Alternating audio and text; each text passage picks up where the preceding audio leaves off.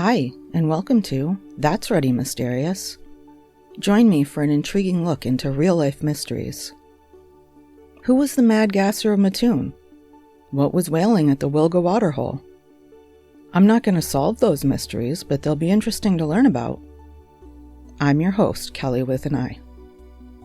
Transcripts and references for all episodes can be found at that'sreadymysterious.wordpress.com. No apostrophe and no exclamation point. Today's tale is about the Ourang Medan. We float. All officers, including the captain, dead in chart room and on the bridge. Probably whole of crew dead. I die. Those were the messages received by ships in the Straits of Malacca sometime between June 1947 and February 1948.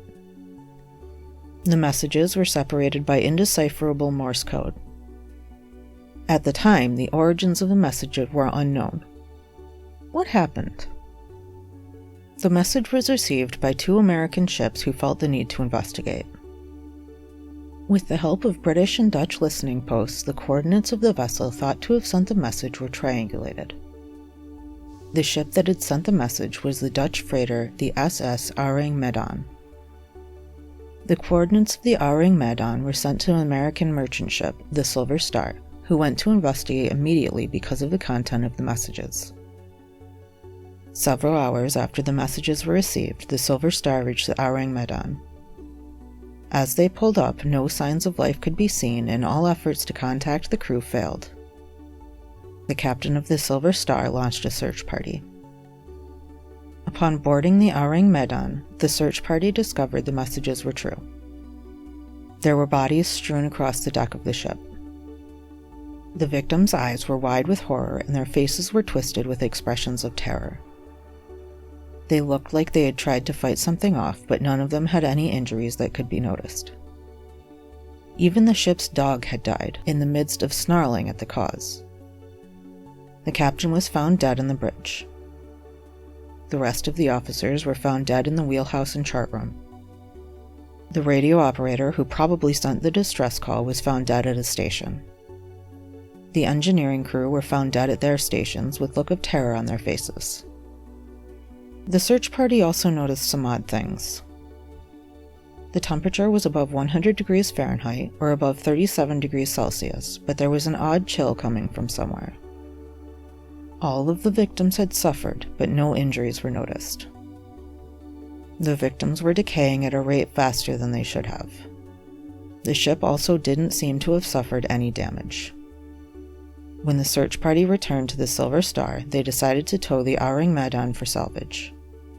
After tethering the ships together, they discovered smoke below decks of the Ourang Medan.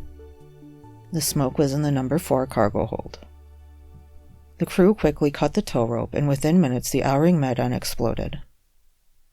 The force of the explosion lifted the Ourang Medan out of the water before it sank to the depths of the sea.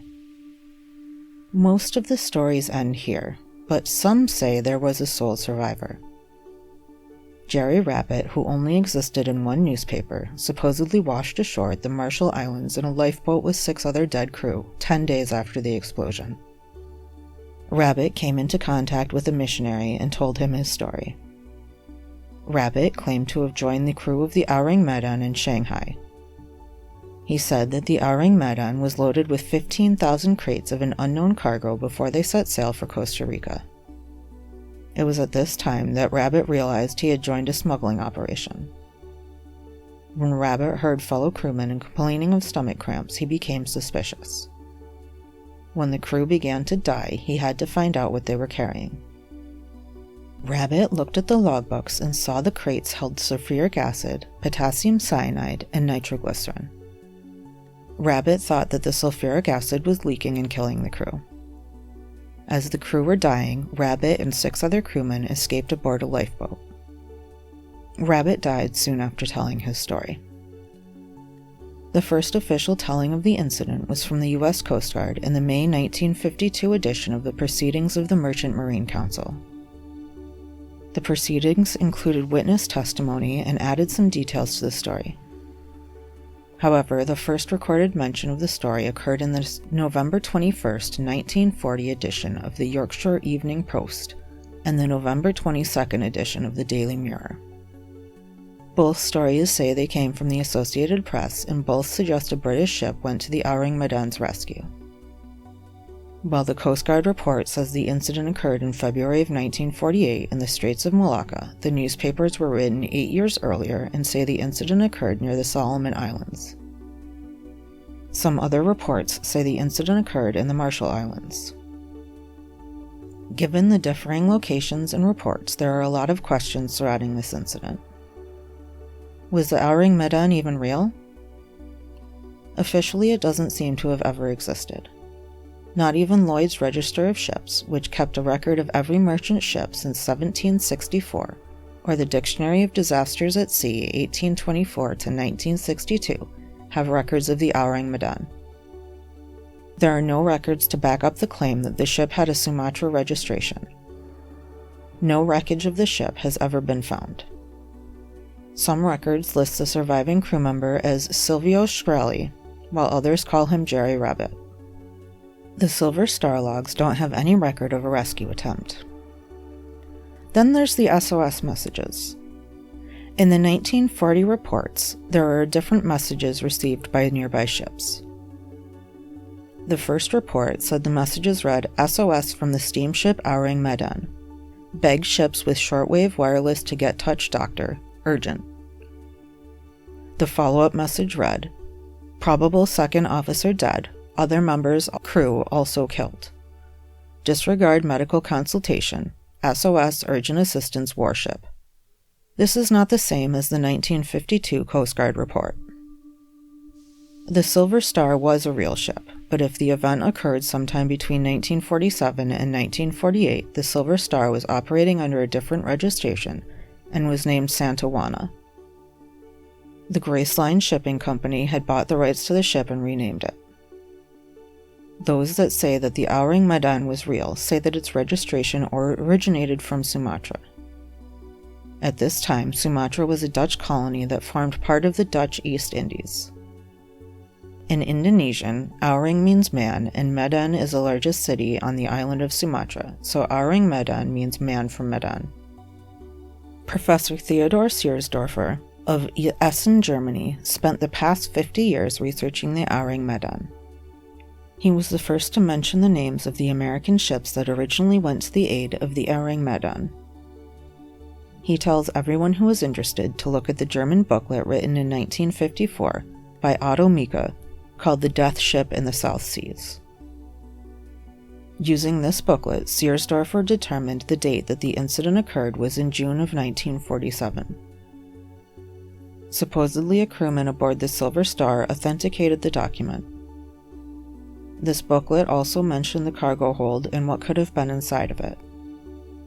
According to the booklet, the hold had potassium cyanide and nitroglycerin. If this is true, it could explain why there are no official records of the ship and the explosion. Having these aboard the ship would have been considered severe negligence. Some people think the ship was carrying even more dangerous cargo. One theory is that the Japanese were smuggling an experimental biological weapon they had built called Unit 731. This was secret research and development. According to this theory, the Japanese were trying to create the most dangerous chemical weapon ever. Japanese bacteriologist Shiro Ishii developed Unit 731 sometime in 1932. Is it possible they smuggled this weapon onto a nondescript vessel with a foreign crew to avoid attention? If the Ourang Medan was real, there are several theories as to what could have happened to the crew. Some people blame the paranormal for what happened. Some say the crew was killed by the ghosts of dead pirates, while others say they were killed by aliens. Some people believe that the crew was attacked by living pirates. Michael East is a history and true crime writer. He told How Stuff Works that there is no shipping record of a ship under the name Ourang Medan, and nobody ever came forward to say they knew or had served on that ship. He said that changing dates and locations suggest the Ourang Medan wasn't real.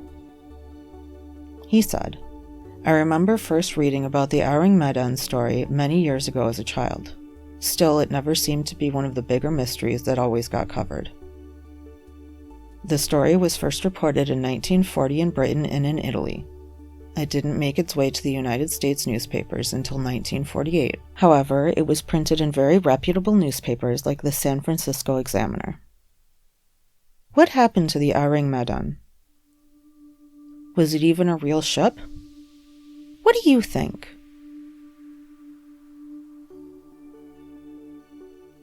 Leave a comment and let me know what you think. Thanks for listening to today's episode of That's Ready Mysterious. Join me next week for another captivating mystery.